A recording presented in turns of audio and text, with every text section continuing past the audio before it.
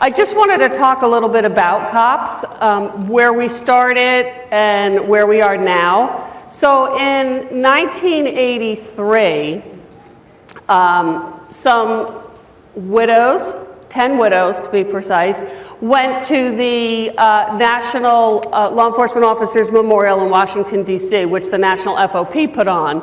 And these 10 widows showed up, and they did not know what to do with them. Okay, they had no idea, they weren't invited, and the president of the National FOP turned to Susie Sawyer, who was the president of the auxiliary at the time, and he said to Susie, will you please take these women somewhere? We don't know what to do with them, and they're kind of ruining our party. Okay, they didn't know what they could offer them. Susie really didn't want to take them anywhere, right? She wanted to hang out with the party, but she said, oh, fine. I'll do that. I'll take them into another room. And they sat around a table and they talked. And they talked and they talked. And they realized they had so many of the same issues, even though their incidents were all different. And it was at that point that they realized the need for something. So they decided to come back the next year. And the next year, in 1984, they came back. There was 110 survivors, and that's when COPS was born. And Susie Sawyer was our first executive director, and she really was a driving force in this organization for many years. So this is her legacy. We have grown since those 10 widows and then the 110 survivors. We have grown. We service like 40,000 families now. It's amazing. It's good and it's sad, right? It's good because there's that help there for these people now. You don't have to go through this alone, and it's sad because there's so many of us. We have so many different programs, and as we've learned over the years, right? First we were focusing on the parents, and then we were focusing on the kids, and then it was the spouses. So we've had all of these programs over the years that we've developed to try to answer the needs that we saw. So now we have programs, retreat weekends, and for the kids camp and the Outward Bound camp, those are week-long camps that we offer. And our kids camp is kind of unique because the surviving parent goes with the child, and they learn to grieve together. That surviving parent is at that camp, and they also have to take, the classes and be involved. So it's really pretty awesome. It's most of the camps that you have for kids are just the kids. The parents don't go. And we also focus on the coworkers. There are several categories of survivors that often get forgotten. I will say siblings are one of those categories, right? They wind up taking care of everybody and nobody looks at them and their needs. Well, I think coworkers, that's another category. I would venture to say, how many of you are survivors? No hands went up. Are you telling me that none of you worked with somebody and knew somebody, especially in this agency? So people tend to not think of themselves as a survivor, but coworkers are survivors too, and there's no shame in admitting that, not at all. And on that note, I do want to thank you all for what you do. In today's day and age, it's not an easy job. You go out every day, and I think it gets tougher and harder every single day. So there are many, many people who support you, and as Miss Pat up there will say, I got your 6. So feel free to ask me any questions as we go along. I do want to play a short video that will just kind of illustrate our programs. When an officer dies in the line of duty, family, friends, and coworkers are left without a loved one. Their struggle is one that concerns of police survivors is all too familiar with, and is a large part of why we have spent more than 4 decades working to rebuild the shattered lives of families and coworkers affected by line of duty death. Our 55 chapters across the nation offer these survivors one-on-one support. COPS chapters are there to help the family grieve as long as they are needed. Each chapter is run by survivors who have all experienced a similar loss. The COPS National Office organizes National Police Week, hands-on programs, law enforcement trainings, conferences, special events, scholarships, COPS Kids counseling, and benefits assistance. Most survivors get their first introduction to C.O.P.S at National Police Week. C.O.P.S is one of the 3 main organizers of National Police Week, which gives surviving families and coworkers a chance to honor and grieve for their fallen officers, while connecting with survivors from across the country. C.O.P.S offers hands-on programs designed to give survivors time and space to grieve and process the feelings associated with their officer's death, while being surrounded by other survivors who get what they're going through. These programs are for spouses, kids, adult children, parents, siblings, fiancés, significant others, aunts, uncles, nieces, nephews, cousins, grandchildren, grandparents, in-laws, coworkers, and suicide survivors. C.O.P.S recognizes that every law enforcement officer experiences crisis and tragedy as part of their profession. The annual C.O.P.S Conference on Law Enforcement Wellness and Trauma focuses on proactively addressing the stresses that accumulate during a law enforcement career. In addition, C.O.P.S offers Traumas of Law Enforcement trainings in several locations across the nation each year. The trainings provide guidance to agencies on how to respond to officers and their families affected by line-of-duty traumas, as well as critical incidents, line-of-duty deaths, disability, and police suicide.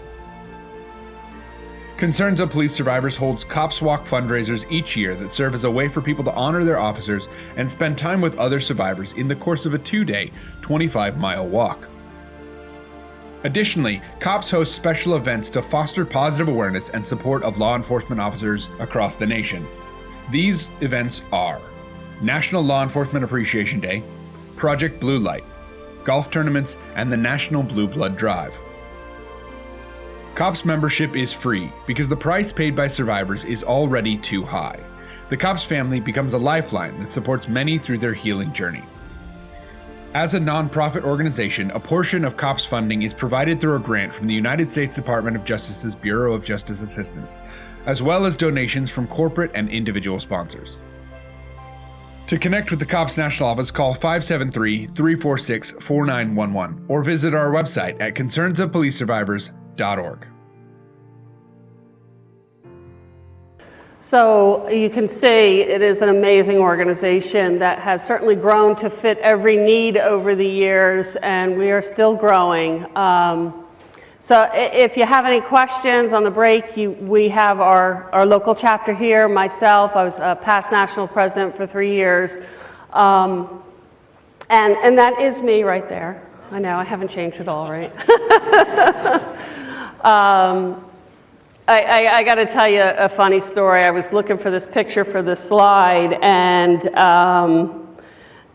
I pulled this picture up, and I say to my daughter, "You know who that is, right?" And she starts talking about Keith, who was, I had my daughter after Keith was killed. She starts talking about Keith, and I said, "No, the woman." She's like, "I don't know." I said, "That's me." So I look up to my now ex-husband and I say, "I look the same, don't I?" He's like, "Well, your face is rounder now." So I guess it's no surprise he's been next. Anyway, so this is my story. This is Keith, who's my husband. We met, I was in kindergarten. He was in 2nd grade. We grew up around the corner from each other. Small town, South Orange, which is right across the river here. So maybe some of you know that. Seton Hall's in South Orange. Most people know Seton Hall. We were friends, and I think our first date, I was in kindergarten, he asked me to come over for lunch. And at the time, our kindergarten was a half a day, but believe it or not, we had like little, our town had like 8 elementary schools because we didn't have busing, so everybody walked to school, and we actually went home for lunch. Is that crazy? So when he was going home for lunch, I went with him. I show up at his house, and his mother's like, "Okay, what's your phone number?" I'm like, "I don't know." So she very quickly makes me a sandwich and shoves me out the door, right? So I get home, and there's nobody home. I'm like, "Where is my mother?" And the phone rings, I answer, and it happened to be my mother. I'm like, "Where are you?" She's like, "I'm with the police looking for you." But that was our first date. But seriously, we were friends growing up. We worked in the same restaurant through college, and then we started dating, and I graduated from college in May 1989. We got married June 17th, 1989. and he was killed August 3rd. So 6 weeks. I was not prepared for that, not at all. Nothing prepared me for that. My father was a New Jersey trooper who, you know, I mean, he was a Marine and then a trooper, and it's funny, in my house, we didn't clean the kitchen, we had KP duty. But, you know, I knew law enforcement was dangerous, but no, you know, those things don't happen to you, right? They don't happen to you. So he worked for Essex County Police Department, which they covered a lot of, they covered the county roads through, you know, Essex County, through Newark, Irvington. There was a lot of areas that were not so safe. And he was also on the SWAT team, which he had, a dedicated beat, if you will, and with a partner.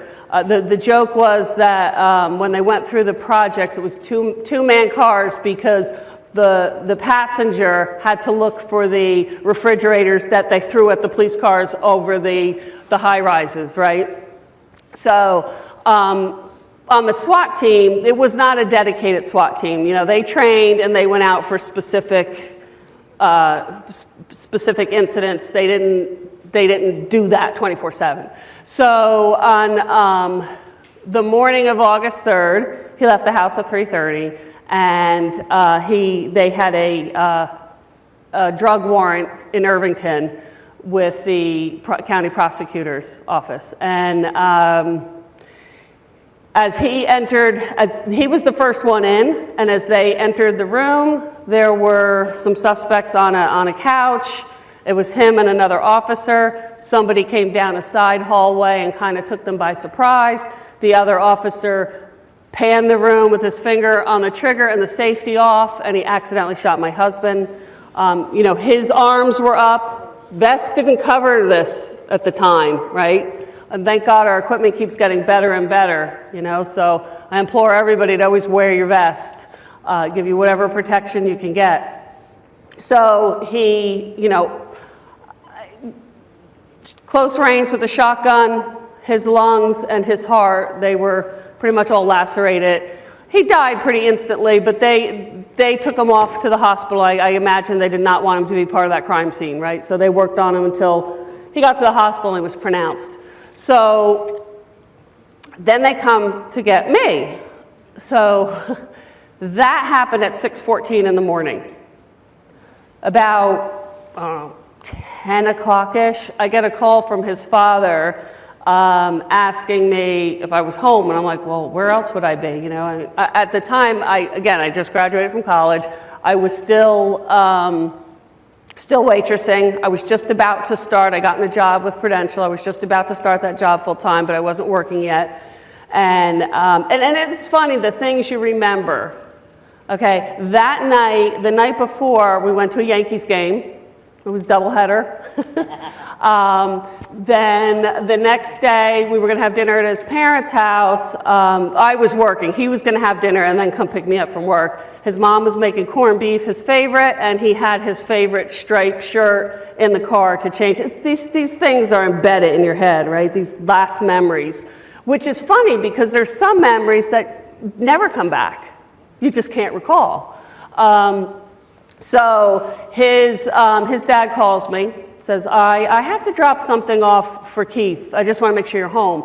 Well, my little spidey sense started tingling. And I knew that sounded off. I don't know why. Keith never mentioned anything to me. So I right away thought, something's not right. So I, got up, got dressed. I put some coffee on and I waited. They got there like 11:15, excuse me. And I see the police car pull up, the marked car, uniform officer get out, priest get out, and his parents. It's like, oh, that's not good. Excuse me. I'm like, oh, that's not good. But of course, in my mind, he's hurt, but he's okay. So they want to come in, they want me to sit down, and, excuse me. They want me to sit down, and so they tell me there's been an accident. And I didn't believe it. I was in shock. I didn't believe it. And I would tell you at this point, not to judge people, right? However somebody appears to you when you give them this news, don't judge them. Don't assume that they should act a certain way. Excuse me.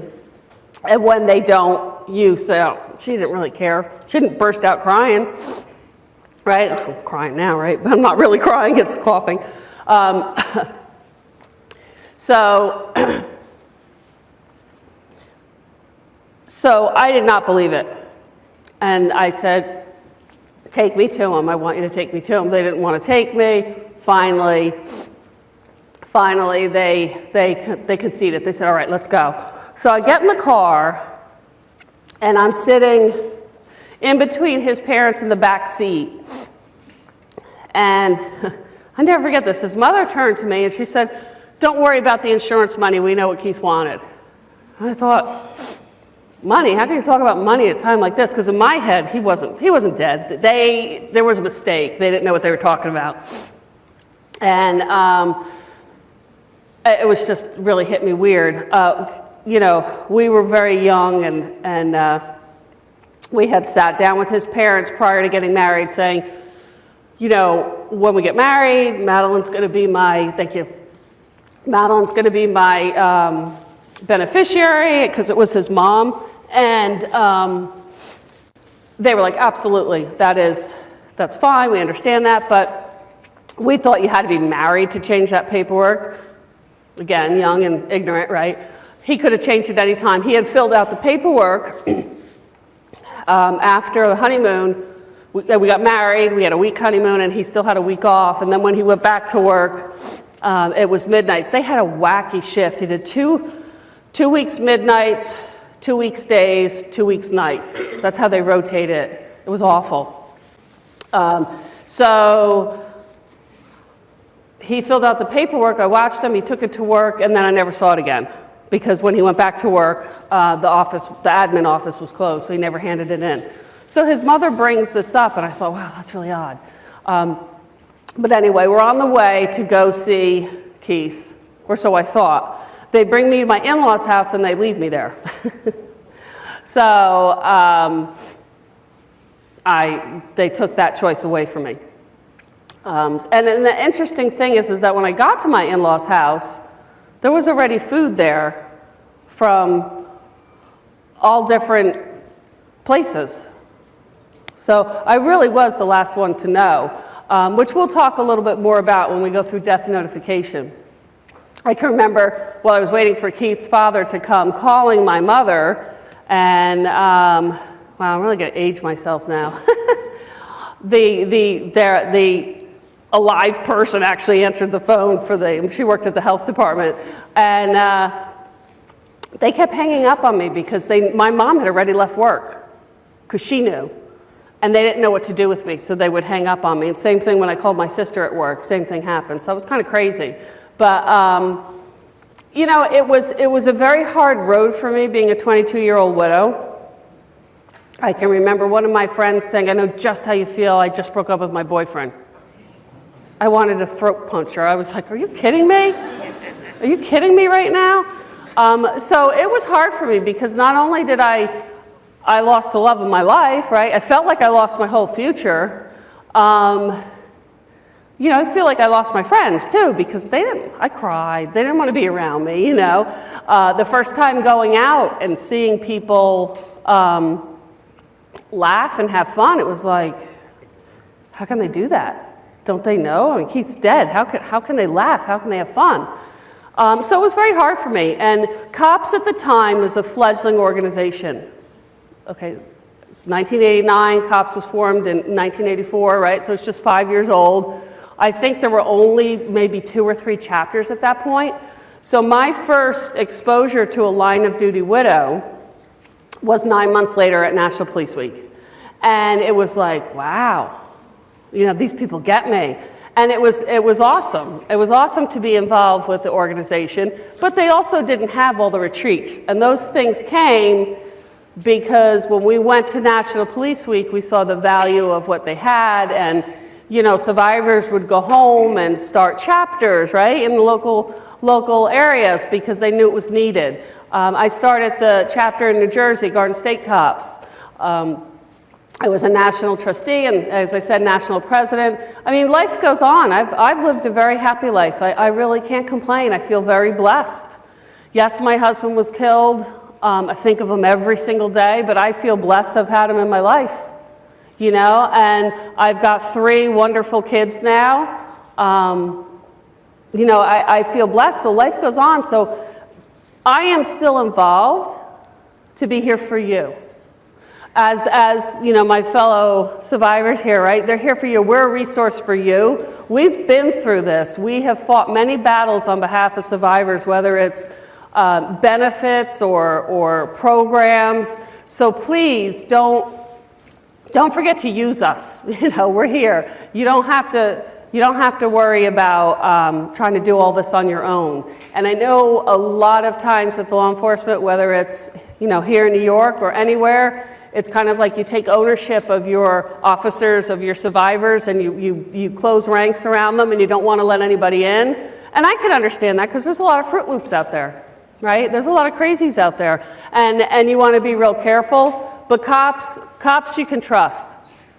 You can trust cops, and you should definitely, God forbid, your agency goes through another line of duty death, whether it's maybe, I can't imagine, I know that New York City police support you guys. I know you guys work hand in glove with them, but these people here, they understand, and they are your best resource. Does anybody have any questions for me about my story? As I said, when we talk later on today, I kind of bring up more of my story and other people's stories as well, just to illustrate. But any questions at all? I do still look like that. Sorry. Thank you.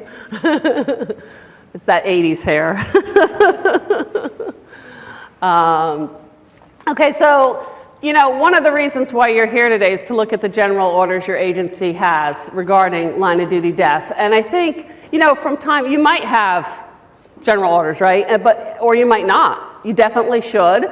But from time to time, they should be pulled out to make sure that they are still relevant, to make sure that they still cover the needs that you will have. A lot has changed. I mean, even with social media, a lot has changed in the past several years. So you want to make sure that what you have in your policies is accurate and still works, because the time to figure out what to do is not when it's happening. That's just really too chaotic. And you always want to think, how do I want my family treated? God forbid, if this were me, how would I want my family to be handled? So I encourage all of you to look at your general orders that you have. On the flash drive, there are examples. We have examples for small, medium, and large size agencies. See what other agencies have. See if you want to tweak yours. Excuse me. Okay, there are some myths of law enforcement. Sorry. The first 2, we really don't want those to be myths, do we? You'll always be part of the law enforcement family, and we take care of our own. Well, what happens is, out of sight, out of mind, as time goes by, are you really including these families in your law enforcement family? Are you really bringing them to different memorials that you have, Christmas parties, different events? And then we take care of our own. You take care of your own until you don't know what to do with them, right? Because that's what's happened before. I apologize. I'm having a little tickle in my throat. And then these 2 are just freaking crazy. I'm sorry. But we hear it all the time. That's why it's up here. If it's up here, it's because we hear it. Police families are prepared to lose their officers in the line of duty. I told you, my husband used to come home and tell me these stories, chasing stolen cars, up 280, going the wrong way at 100 miles an hour. Is that dangerous? Was I worried? I mean, not really, because I was young and stupid, but I certainly wasn't prepared that he was going to get killed. And then if something happens, you'll be a rich widow or widower. You know, that's not true. And even if it were true, I'm sorry, no amount of money in the world could bring my husband back at all. Their benefits vary greatly in our country from state to state. In some states, it's even municipality to municipality. Like in Pennsylvania, the city of Philadelphia has different benefits than the rest of the state. So it's kind of crazy. Some benefits are not so good, you know? So sometimes you have a widow or a widower with small children, and they would like the luxury of being able to stay home and help their child through this tragedy, and they can't. They've got to go right back to work. So no, we're not making money off of this. You know, I was actually accused of being a gold digger after my husband was killed, because people, you know, they hear all these things. Oh, you're going to get this benefit, you're going to get that benefit. I didn't get all the things, and people thought I'd be able to sue and get like $10 million, but I couldn't sue because he was killed by a coworker, and so Workman's Comp covered that. You know, so I was actually called gold digger. All right, if I'm a gold digger, why am I going to marry a cop? He was making like $23,000 a year. I don't know. I would aim my sights a little bit higher if that were the case. But you hear all these stupid things, and sometimes people just don't know what to say. And you know, I know I have some survivor friends who might post something online, and you always hear a bunch of idiots that reply, right? Well, your husband got what he deserved, or you knew this was going to happen, stop complaining, you know, all this stuff. I was called the whining widow once. And I tell people, all right, if you really need to post stuff, just don't read the comments. Because people are idiots, you know.